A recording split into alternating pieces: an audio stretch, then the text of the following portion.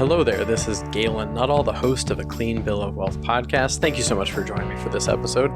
This episode requires a specific special introduction as it is me interviewing Gretchen Rubin, the amazing author of many books, and today we're going to talk a lot about her book, The Four Tendencies. So if you don't know Gretchen Rubin, she's a multiple New York Times bestselling author who writes a lot about habits and happiness. And her book, The Four Tendencies, was a gift from my sister, who's an amazing gift giver. Actually, it's a signed copy when she met her in New York.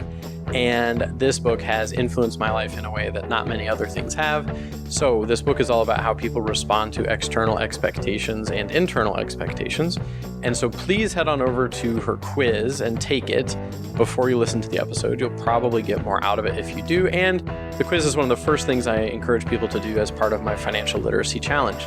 If you haven't joined that yet, please hop on over to galenhelpsdocs.com. That's Galen. That's how my name is spelled, helpsdocs.com. You get access to the 11 modules where I really help, explain everything I've learned about financial planning for Canadian physicians over the last many years. There's a downloadable workbook that you can either fill out on your computer or you can download it, print it, and use it that way. And if you get to the end, you get a free gift. So be sure to check that out. Now, in this episode, another side note around this episode is that I had recorded it for another podcast I used to have called the Side Hustle Army podcast, where I would help entrepreneurs and other people work on their side hustles, build sales funnels online, start podcasts, really cool things like that. And if you are a physician thinking about starting a podcast, I encourage you to do so. If it's something that you are interested in doing, it's a lot easier than it seems. I've started a couple now. I know all about how to start them and continue them. It's a lot of fun, and it can be a really great experience for the right person. So check out this episode and enjoy. First off, Gretchen, thank you so much for being here on my podcast. I'm very excited to talk about the work you've done around the Four Tendencies in particular, but obviously you've written other books too, but I find that particularly compelling. So thank you for being here. Oh, I'm so happy to be talking to you. Thanks for having me. Yeah. So for anyone who doesn't know, Gretchen Rubin you've written several books, one of which is The Four Tendencies. I'll hold it up. And the other one is The Happiness Project. And you've written other books as well, Four Tendencies. So I was going to talk a lot about that. I've posted on my Facebook group, on my page, people are chiming in on their tendencies and a few people with questions there. But maybe just in case anyone doesn't know, what are the four tendencies and how did you come to sort of discover these tendencies? Well, I came to the Four Tendencies in a very inconspicuous moment. I was having lunch with a friend, and at this time I was writing my book Better Than Before, which is all about how to make and break habits. So I was relentlessly quizzing all my friends about their habits. And she said something that just struck me like a bolt of lightning. She said, I know I'm happier when I exercise. And when I was in high school, I was on the track team and I never missed track practice. So why can't I go running now? Well, why? I mean, you could think of a lot of reasons maybe why, but I was like, well, why is it that at one time this behavior was effortless and now she's really struggling? So I thought about that, and I thought about a lot of other patterns that I was starting to notice about habit formation. For instance, if you ask people about New Year's resolutions, which again, I was constantly asking people about how they felt about New Year's resolutions, a certain number of people will say something like, I'll keep a resolution whenever it makes sense to me, but I wouldn't do it on January 1st because January 1st is an arbitrary date. And I thought, well, that's funny because the arbitrariness is clearly like a deal breaker for these folks, but I never really thought about it myself. So what's going on? So anyway, I was trying to figure out these patterns, all these patterns. I didn't know what fit together. It was like melting my brain. And then one day I was sitting at this very desk where I'm sitting right now, and it flashed out at me, the idea expectation. And I realized that what is going on has to do with expectations, which sounds very dry, but is actually quite fascinating and important. So we all face two kinds of expectations: outer expectations like a work deadline or request from a friend, and inner expectations like your desire to keep a New Year's resolution, your desire to get back into meditation. So depending on how you respond to outer and inner, that's what makes you an upholder, a questioner, an obliger, or a rebel. So upholders readily meet outer and inner expectations. They meet the work deadline. They keep the New Year's resolution without much fuss. They want to do what other people expect for them, but their expectations for themselves are just as important. So their motto is, discipline is my freedom.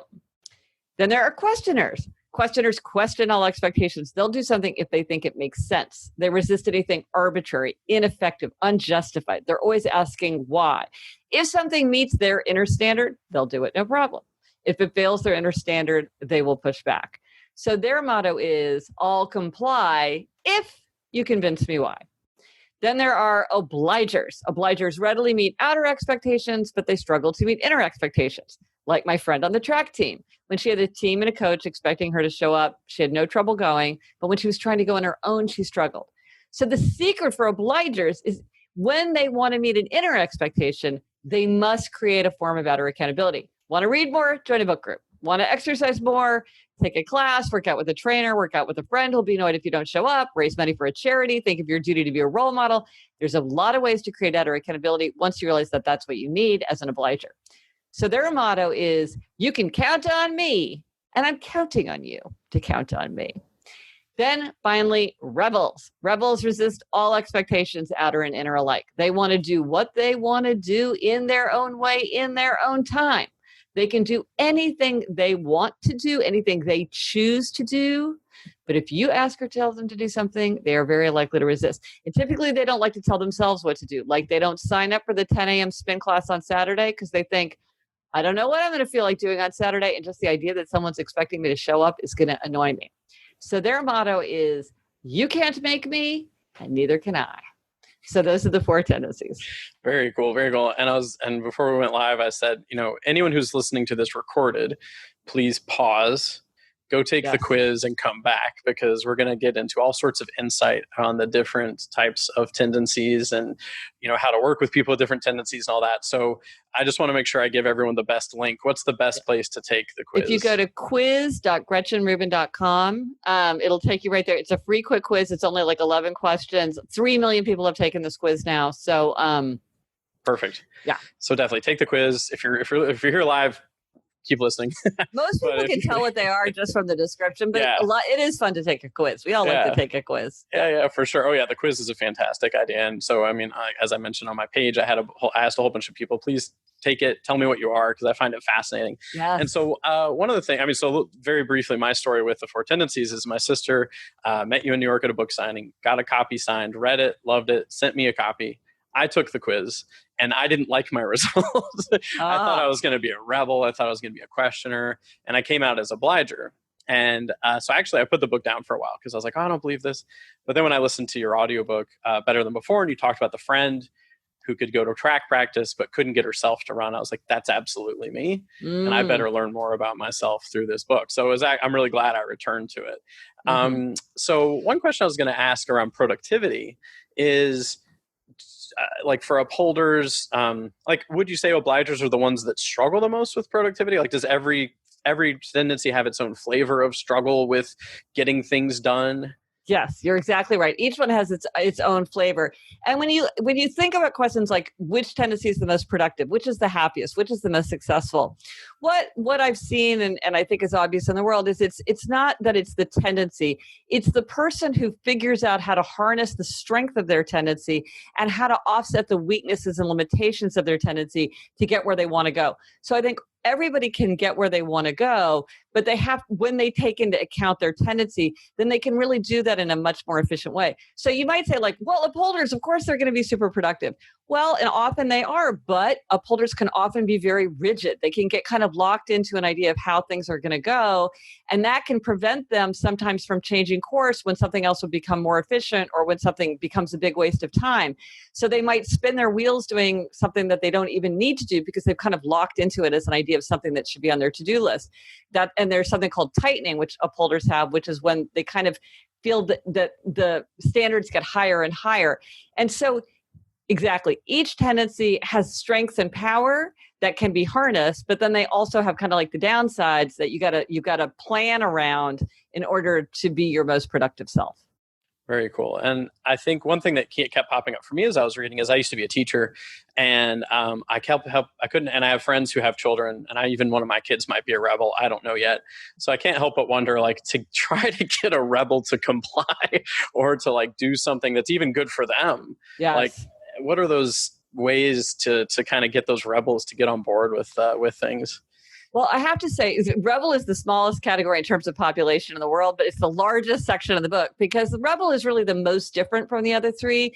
I think it's the most misunderstood, both by rebels themselves and by the people around rebels. And I really find it very, very It really is it's very sad sometimes to see how people trying to help rebels, trying to be helpful, actually get in the way and make things worse.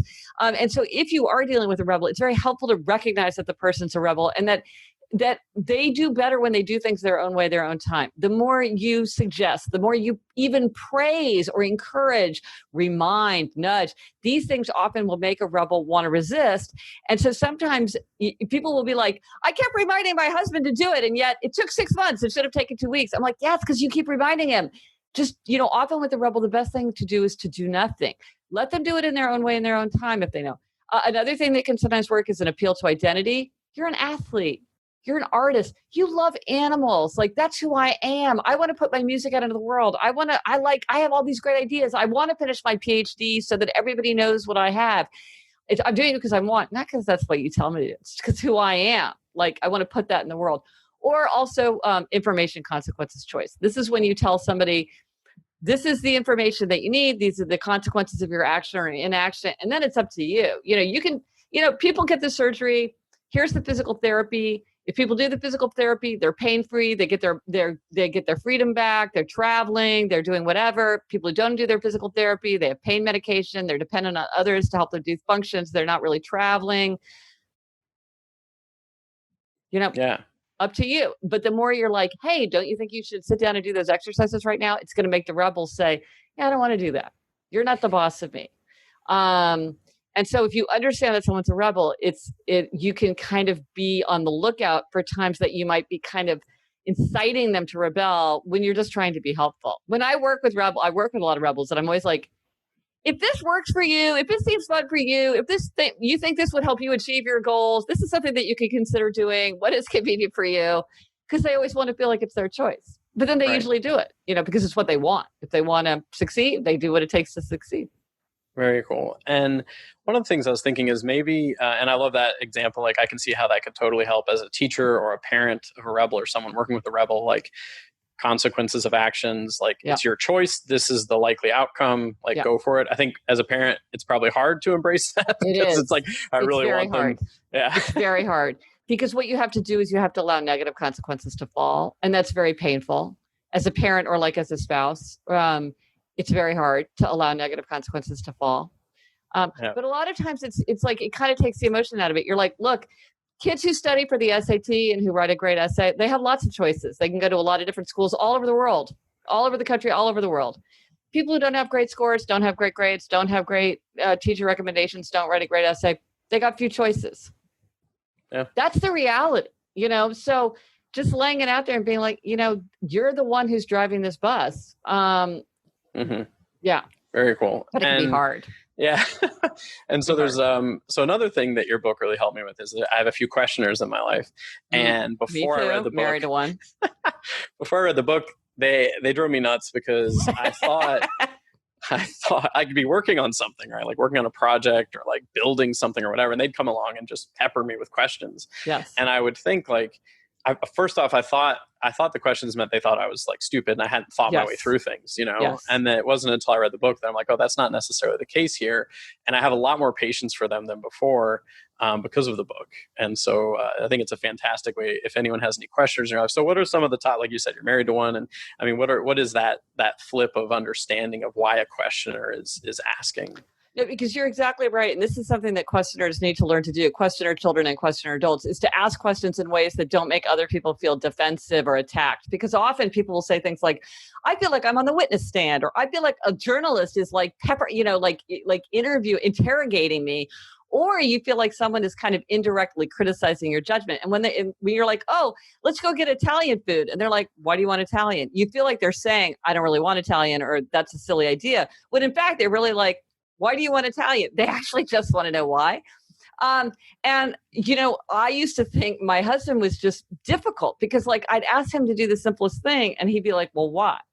And I just felt like he was almost doing it just to annoy me, or I was like, why does everything have to be a conversation? Like, let's just get through it. That's very appalled, right? Let's just get through the to-do list. But now I understand he's like this with me, but he's like this with everyone.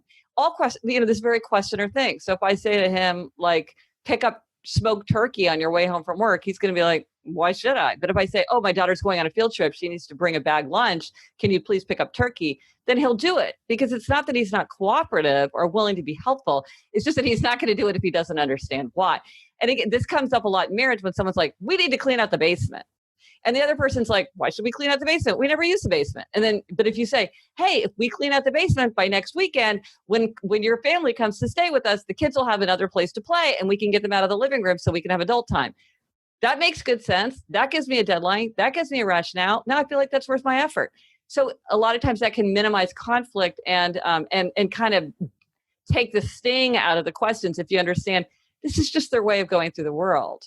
And actually, I don't know about your questioners, but they save us all a bunch of time and effort and money, because they're the ones who are like, why are we going to do this? This makes no sense. Like, let's not do that. I'm like, you're right. Why are we doing that? They're great to have around. A certain level of efficiency to someone who's not just doing the status quo or just doing because they're expected. Yes. Yeah, yes. sure. Which obligers and upholders have a tendency to like just execute too quickly sometimes. Yeah. Mm-hmm. Yeah. And so I think one of the ones we haven't talked about much is the upholder. And I find upholders, like the idea of being self-accountable fascinates me, because I will put things in my calendar and then I will see them pop up and I will ignore them because whatever reason, like they're usually because there's no external accountability. So, actually it's kind of funny. One of my friends asked, they said it's been a while since she read the book, but she said, I felt like there weren't as many challenges with upholders. And she said, is this potentially a bias because you're an upholder and you wrote the book and it's like, we're just easy to do everything? Or are there challenges there that maybe, people might be unaware of working with someone who just seems to meet all these expectations? Well, I am an upholder. That's for and upholder. I always talk about upholder first. That certainly is my bias. But I will say that there are limitations and downsides of being an upholder or working or living with an upholder, of course. But because they do tend to be accountable to others and accountable to themselves. There are certain kinds of challenges that come pretty easily to upholders. But of course, that itself becomes a challenge because one of the things that you often see with upholders is they can become very judgmental. They don't have a lot of understanding about why other people need different kinds of systems. They don't want to answer your questions. They don't want to give you outer accountability. Like I remember before I understood the Four Tendencies, I would find myself saying things like, well, I don't want to be your babysitter. Do it your own way. I don't care how you do it. Just get it done. That's not helpful to people. That's not so. And if you get a bunch of upholders together, and I've seen this happen, they just start leaning in and being like, why can't other people get their stuff done? Right? There is this element of kind of judgmentalness to it. And there can be kind of a coldness to it. It doesn't seem cold to upholders, which I understand because I'm inside this perspective. But to the others, it can seem cold because it's like, okay, we both have our reports due on Friday. And so you say to me, hey, Gretchen, would you take some time and proofread my report before I hand it in? And I say, sorry, no, I don't have time for you. My report's due too, and I need my time to work on my own report. Now, to an upholder, that seems appropriate because inner expectations must be met. But to other tendencies, that can seem pretty cold and not very cooperative. And as I said, they can become rigid and they can have tightening, which is when the rules get tighter and tighter and tighter on them, which is really something that is really a problem for upholders themselves. It can be kind of choking. You kind of drown in your own bureaucracy, something that upholders have to watch out for. Got it. Yeah, no, definitely when I was reading the book and you mentioned you were at a friend's house and they said, all right, everyone, I have to be in bed in half an hour. You all have to leave. And you were like, that seems fine to me. Like, why wouldn't she say that? And I'm like, as an obliger, I'm like, what? Like, if everyone's having fun, I can't kick them out. Like, see, isn't that funny? I mean, that's what's fascinating to me is like, I would think nothing of that. And to you, it's like shocking. You know where you see this come up is in the office kitchen. If none of us are in an office right now, but if you go into an office kitchen, you see the signs that everybody's like handwritten up there. You see the Four Tendencies in action because the obligers are like, who are these people that cannot just be decent human beings and unload a dishwasher? And the questioner's like, why would I unload a dishwasher? And the upholder's like, that's not my job. And the rebel's like, I don't feel like it. I mean, you can see it all playing out. So it is really funny how we all think that everybody sees the world the way we do, and they don't. It's kind of hard to grasp. Yeah, absolutely. And it's That's funny. So one of the things I wanted to ask, because the thing I do most of my day is I'm a financial planner, and I have like, as I was reading the book this last time, it dawned on me like sometimes, like recently I had a meeting with a couple, and I said, we had gone through this whole planning thing, and I said, this is what you said you want, this is where you are, these are the things you have to do to make this happen. And the wife said, let's do it. And the husband said, well, let's wait a second here. Like, let's give this some more thought. And at the time, I wasn't really thinking tendency wise. But my hunch is that she may have been an obliger and upholder, and he may have been more of a questioner or rebel. And they've got the dynamic there of her just saying, we have to do that. And there's other factors too. Yeah. But I guess like just to try to do sort of a blanket exercise of each tendency, like if I were to sit down with someone and try to encourage them to save more money, let's just say, for a future goal that they've identified, like how might I do that for different tendencies? I'd be very curious to know that. So for the upholder, what you would want to do is really articulate what the expectations are and why that makes sense. So what does that look like? If you're going to save, you can't just say like, start saving more. It's like, okay, let's make a plan. Let's write it down. Let's think this through and let's make an execution plan. And then they will probably go off and do that. A questioner, like you say, wait, let's pause. Let's think this over. It's going to be much more questions. Well, you saying we should save X amount. Why X? Why not double X? Why not half of X? So with a questioner, you really want to go through why does this make sense? Let's think about compound interest. Let's think about, value over time. Let's look at historical precedents. Let me tell you about, other case studies that I've seen. What are my credentials? Why am I listening to you? That's always a questioner's question. So they would need to believe that you're an authority that's worth trusting. Oh, my spouse dragged me in here. I don't know who you are. Why am I listening to you? So you've got to be the trusted authority. You've got to have reasons, rationale, justification. And again, like if you're with a couple, one person might be rolling their eyes like, oh my God, this is so boring. Whereas the other person really needs that support. So sometimes what you want to do is you want to create a situation where one person can get their questions answered and the other person can kind of escape, because it can become very tiresome for people to sit through questioners really like, insatiable appetite. But for them, you would really want to have, I have more information. I have more data. If you want to look it up, I'm always here to answer your questions, and not to be then defensive if they keep asking you questions. That might not mean that they don't trust your authority. You just want to understand why. The more they understand why, the better they're going to do on execution, because once they buy into your plan, they will execute fine. Obligers are going to want to have outer accountability, and you probably would want multiple forms of outer accountability because different obligers are susceptible to different kinds. The more kinds you have, the better it is. So you might have like specific accountability, like I'm going to check in with you guys in 6 months and we're going to see where you are. There might be things like, you need to meet these milestones. And so if you meet these milestones, then like certain kinds of things happen or don't happen. Like, oh, if you meet this thing, then I think you guys are clear to take a week's vacation and rent that little house, which is going to be tremendous fun for your whole family. Everyone's going to be disappointed if you don't do that. So you need to hit the savings. Sometimes obligers will even like invoke their whole family. Like, let's put a picture of that house on the fridge. And everybody in the family is like, hey, we're going to go there if we can. But if we can't, we're going to be really disappointed. And it's kind of on our parents because like, why didn't you guys do it? And another thing is to think about your duty to other people. So I want to be the kind of parent who I want to have the savings so that if we have an emergency or my child has special needs or a family member needs a hand, like I want to have that. I need to be there. It's the whole oxygen mask first. I do think for obligers, people like financial planners, executive coaches, fitness coaches, all these super helpful because what do? They give accountability. So I think it's a great investment for obligers because having those accountability systems really allows them to meet their aims. So it's a really good use of their time and their money if they can afford it. And then with a rebel, so the person said like, hey, wait a minute, because you said something that got my ears perked up, which is, this is what you have to do. I'm a rebel and you're telling me this is what I have to do. I'm like, hey man, you can't tell me I have to do anything. I don't have to do anything, right? So it's like, if you want to meet these goals, these are some ways you could do it. This is what I'm thinking. What are you thinking? These are some choices. You can pick the ones that work for you. Choice, opportunity, freedom. If you had this, then you could travel the world. If you could do this, you could retire early. You could move anywhere in the country. You could have a summer home. You could send your kid to any college. Freedom, opportunity, choice. And one thing that can often work for rebels themselves when they're trying to get themselves to do something that somebody else wants them to do, but you could maybe use it with a client, is the idea, I'm not telling you what to do, client. I work for you. I'm here because you want me to work for you. I'm here to help you achieve your goal. Your goal is financial stability and freedom. You're telling me what to do. Oh, you want me to write this list? I will write this list. So you are the boss of me. I am not the boss of you. And sometimes rebels will do this when they need to like do paperwork or something. They're like, okay, this person's telling me what to do, but really I'm telling them what to do. That can, for some rebels, that doesn't work because it's still that spirit of resistance. But for some rebels, that can help them kind of get over that hurdle. And for some rebels, it's really just like stay very focused. This is what I want.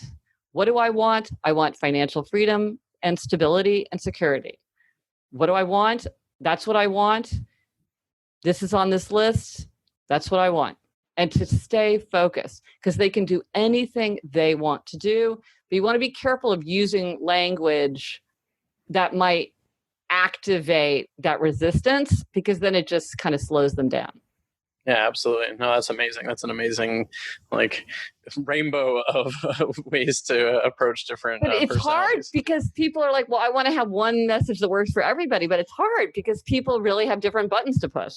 Oh, absolutely. And I mean, it's funny because as you're saying all the things for an obliger, I as an obliger am sitting here and just thinking that would work so well for me. Yeah. And it is. Well, the thing is, as you know, it's the biggest tendency for both men and women. It's the biggest tendency. You either are an obliger, or you have many obligers in your life. I think it's great that you're an obliger because probably most of the people coming to you are obligers. And so you get what will work for them because you feel it in your own heart. So you're like, these things would work. So then you're like, oh, well, I think these things might work for you too. Yeah, and it's funny because I also wrote a productivity journal called the Squirrel Journal for Distracted Entrepreneurs. And as I was reading the book, I realized that because you're talking about all the different ways an obliger can create external accountability. And I realized that my journal is basically a love letter to obligers because I just have lists of ways to create external accountability for people who need that. But in a way, that's great because now you can say to obligers, hey, I hear you. I've created a product especially for you. Now, accountability can work for just about anybody. So as an upholder, I like accountability. Questioners can use accountability. So it's not like it only works for obligers, but for obligers, it is the crucial tool. And a lot of times there's creative, interesting ways to create outer accountability that maybe an individual hasn't thought of. And so something like you, where you've really studied it and created a resource that has like pages of menu items, well, that's very attractive to an obliger because they probably have like 15 different things they want to create outer accountability for. That takes thought and preparation and work. That's not so easy. It's easy to see what you need to do, but having a resource with lots of ideas about how to do that could save you a lot of time and energy. Yeah, absolutely. And there's so many options once you start looking at them. Yes. And one of the questions that I got was people were asking, can your tendency change when your environment changes? And people were saying, can I be one thing at home and a different thing at work? And I was curious as to what you had to say about that.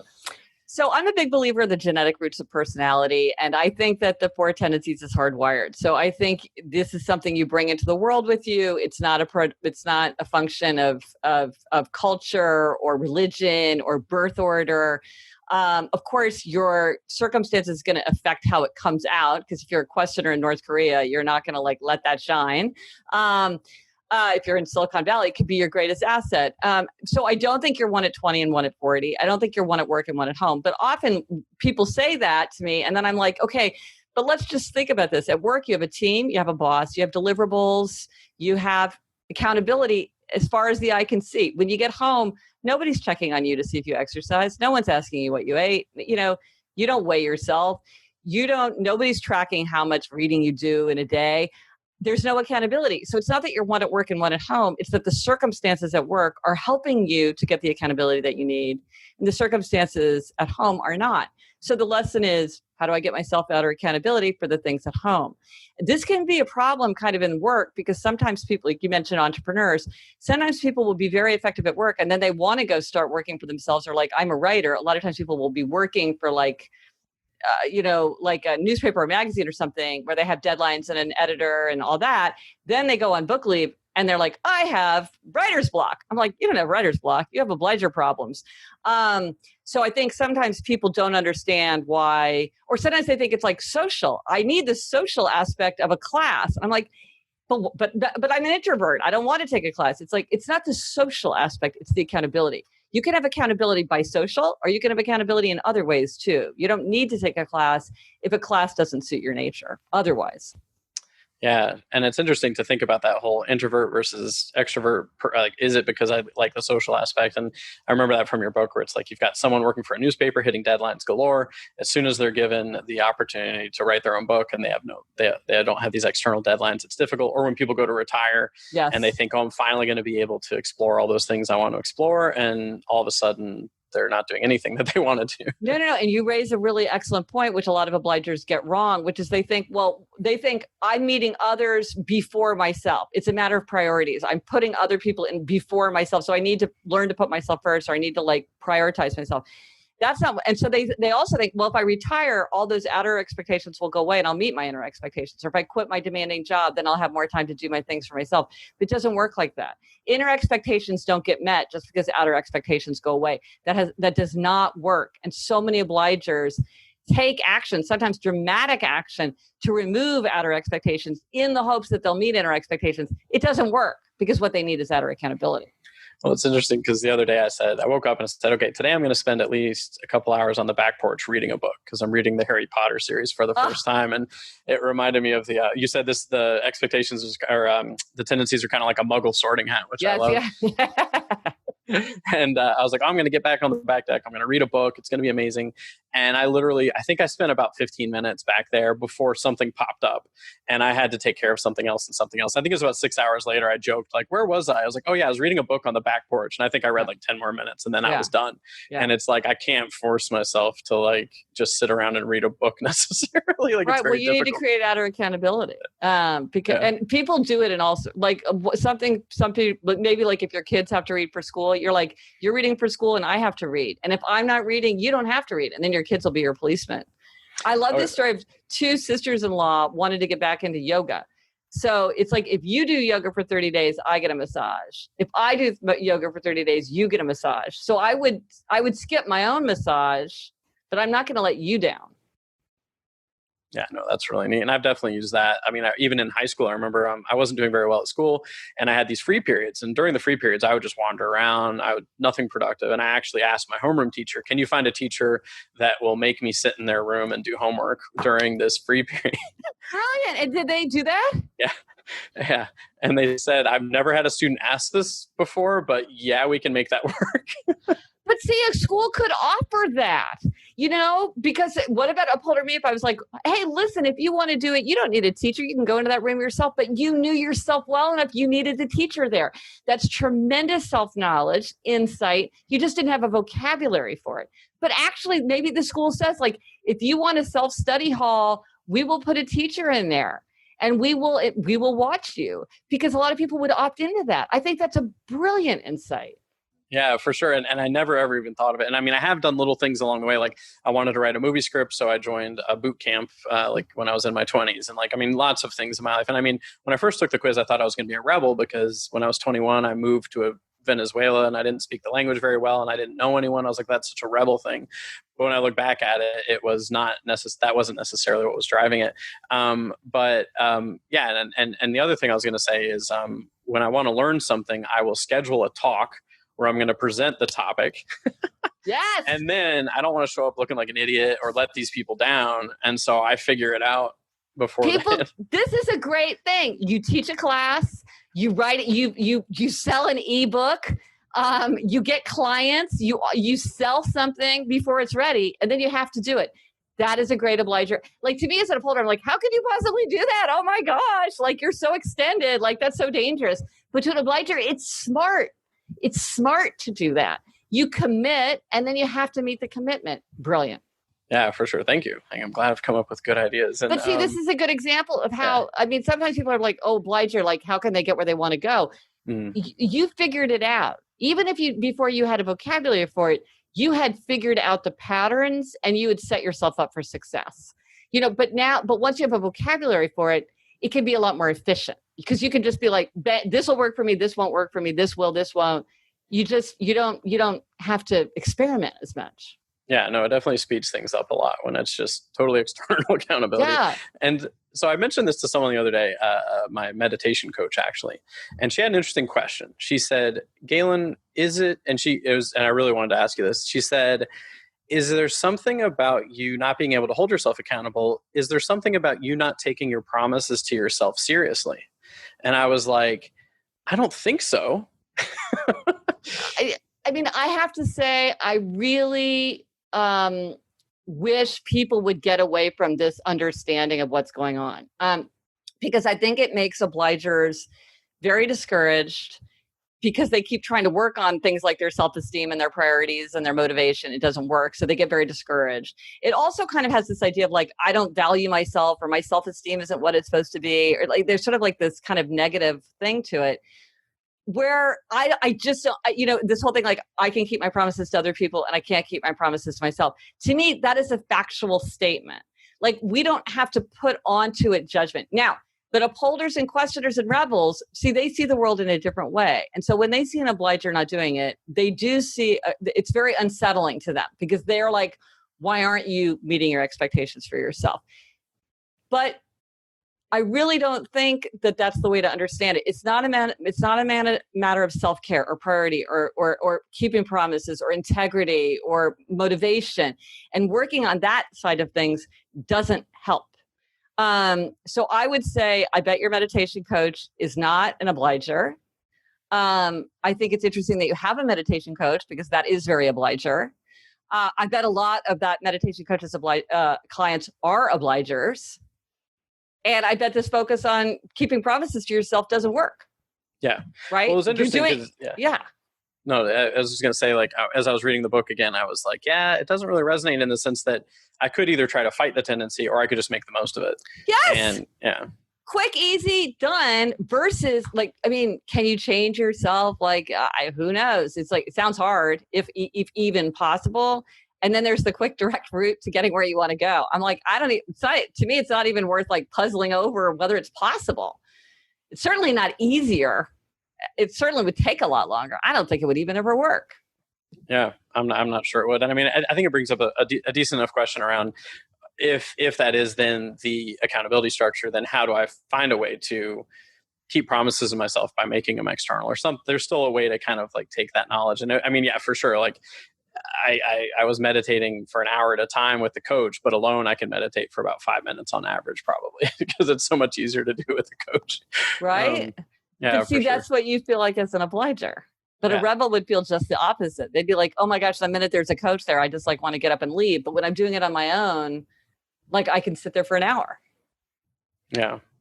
And one of the things, I know I'm talking a lot about obligers because, of course, that's my own bias. But it is the biggest tendency, so it's always worth it to talk about obligers. Yeah, and to understand us a little bit better. And so before we hit, before we hit record, we talked a little bit about Game of Thrones and different personalities. So I was curious. You started mentioning different characters and what sorts of tendencies they were. I'd be interested to hear a little bit more about that. Yeah, well, we were talking about obligers because a lot of the biggest characters, most dramatic and interesting characters on the show are obligers. So Jon Snow, for sure. You pointed out Ned Stark, which I'd kind of forgotten about Ned Stark, I have to say, but Ned Stark, absolutely an obliger. Daenerys Targaryen is an obliger. A lot of people think that she's a rebel, but she's not a rebel. She's an obliger. That's quite clear. What's interesting, too, is that if you look at the rebels on the show, the most prominent rebels are Arya Stark and Cersei Lannister. And as I said to you, Tywin himself said to Arya, you remind me of my daughter. In many ways, they're very much alike, although they go in such different paths. Now, interesting about the tendencies, when one person in a pair is a rebel, whether it's a romantic couple or like a work team, if one person is a rebel, the other is almost always an obliger.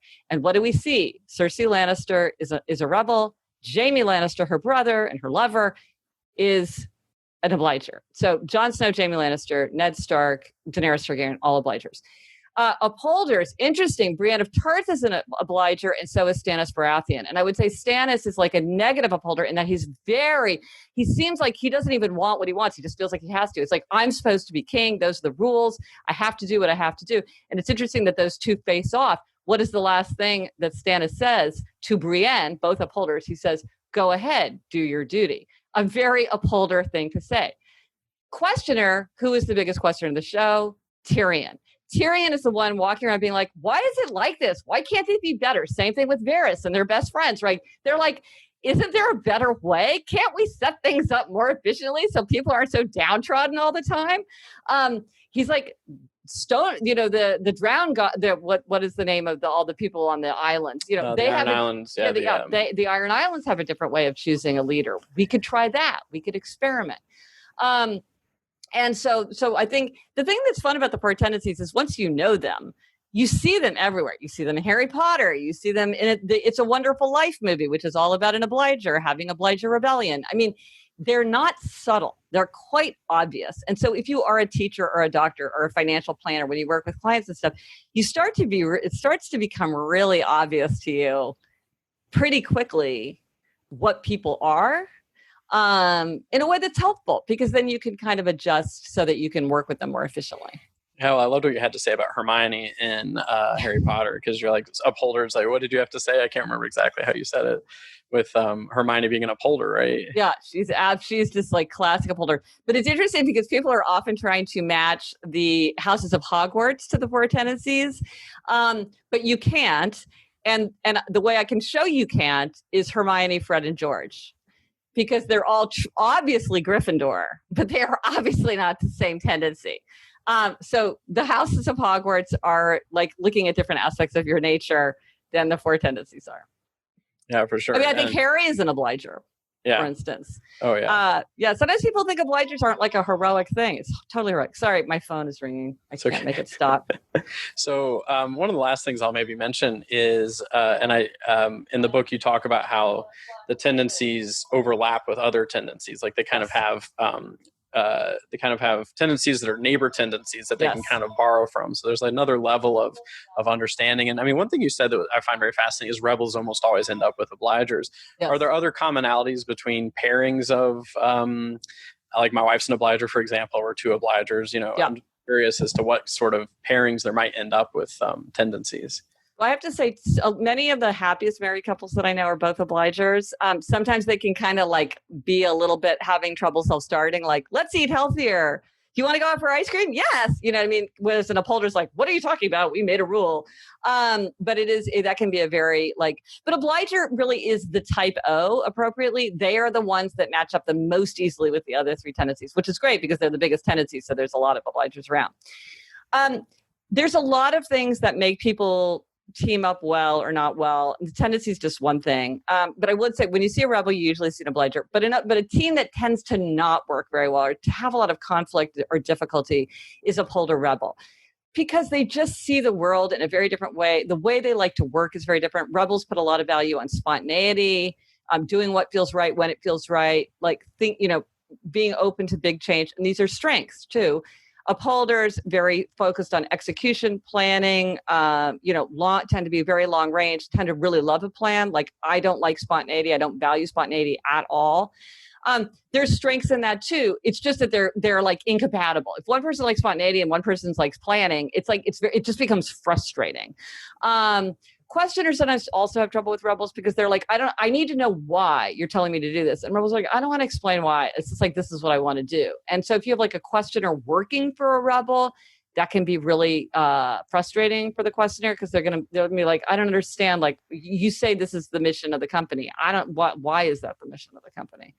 But you're right. Each of the tendencies kind of tips in one direction or the other because it overlaps. So you're an obliger. An obliger overlaps with my tendency upholder because we both readily meet outer expectations. So we share that deep affinity there. But obligers also have a deep affinity with rebels because they both resist inner expectations. So there's a deep affinity between obligers and rebels. And so an obliger who tips to upholder is going to be a little bit different from an obliger who tips to rebel. It kind of flavors your tendency. You're still solidly within that tendency, but kind of takes on a different flavor depending which way you lean. Yeah, and it's funny because teaching, I was talking to a parent saying your child's probably, a rebel as far as I can tell, like very much like when all the kids are doing the craft, they're off doing their own thing. Or if they do the craft, they have to do it a different way. Like they're not going to do it the way that it looks on the sample or whatever. Yeah. And I said, well, the world needs rebels. I was like, the world needs these rebels. And I said, because at the beginning, I just found it kind of frustrating. Like, why can't you just do what we're asking you to do?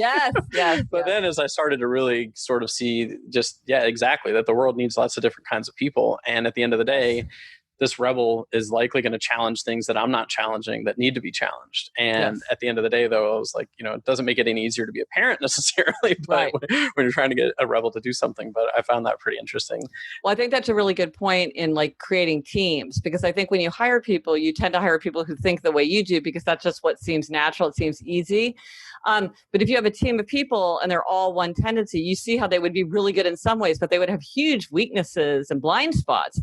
And so I think it's really something that's worth keeping in mind, because you kind of need the person who's going to say, let's do something completely different. Let's totally think outside the box. Let's ignore them. Like, oh yeah, they're telling us what to do. We can just blow that off. There's value in that, even if sometimes it can be frustrating. Everybody's frustrated with everybody some of the time. But I think you're right. They all have strengths that we need to draw from if we want to get the benefit of all those different perspectives. Yeah, definitely. And I think, just like you said, we tend to work or look for people who kind of think the way we do and act the way we do. And in fact, the variety is in all likelihood going to be more better suited. And it's kind of funny because I didn't understand this until I read the book, but I took the quiz, I'm an obliger, and my wife took the quiz and she's an obliger. And she said, yeah, it definitely fits. But she did say to me, she said, well, I don't see how you're an obliger, because you'll tell me you'll do something and you don't do it. And when I read the book, I was like, oh, like there's a part where you talk about, it's almost like the family unit can be like the inner expectation. Yes. And so it's like, oh, you're my family. You're part of I'm not going to meet the expectation crowd. Someone else has to. Yes. And that can be frustrating. Like I remember talking to this woman, she was so hurt because she'd been saying to her husband for years, like, you need to like go to the doctor, you need to get in shape, you need to lose weight, like you're in terrible health, I'm so worried about you. And he just did nothing. Then one day his boss just walks in and is like, Larry, what's your problem? Lose some weight, exercise, get yourself to the doctor. We've got a big year coming up. I don't have time for this. And the guy went off and like started everything. And she was so hurt because she's like, he doesn't care what I think. He ignores me. I matter nothing to him. I'm like, no, you're so close to him. You're like himself. It's like himself telling him what to do. He ignores you just the way he would ignore himself. It's a sign of intimacy, not a sign of disregard. And so it's right. But then sometimes it's like, let's save money. Like, it's like, okay, we need somebody from the outside to tell us that, because when we're just telling each other that, it's inner and it just kind of doesn't work. We need the outer accountability. So that's a very good point. Yeah. And that was something I didn't understand until I read the book, because I was like, no, I mean, and my wife she just bluntly said it. She was like, nah, you'll tell me you'll do something and you won't do it. Like, so I don't think you're an obliger. Right. I was like, no, we're just really close. So it's a good sign, kind of. Yeah. It's a sign of close marriage. Yeah.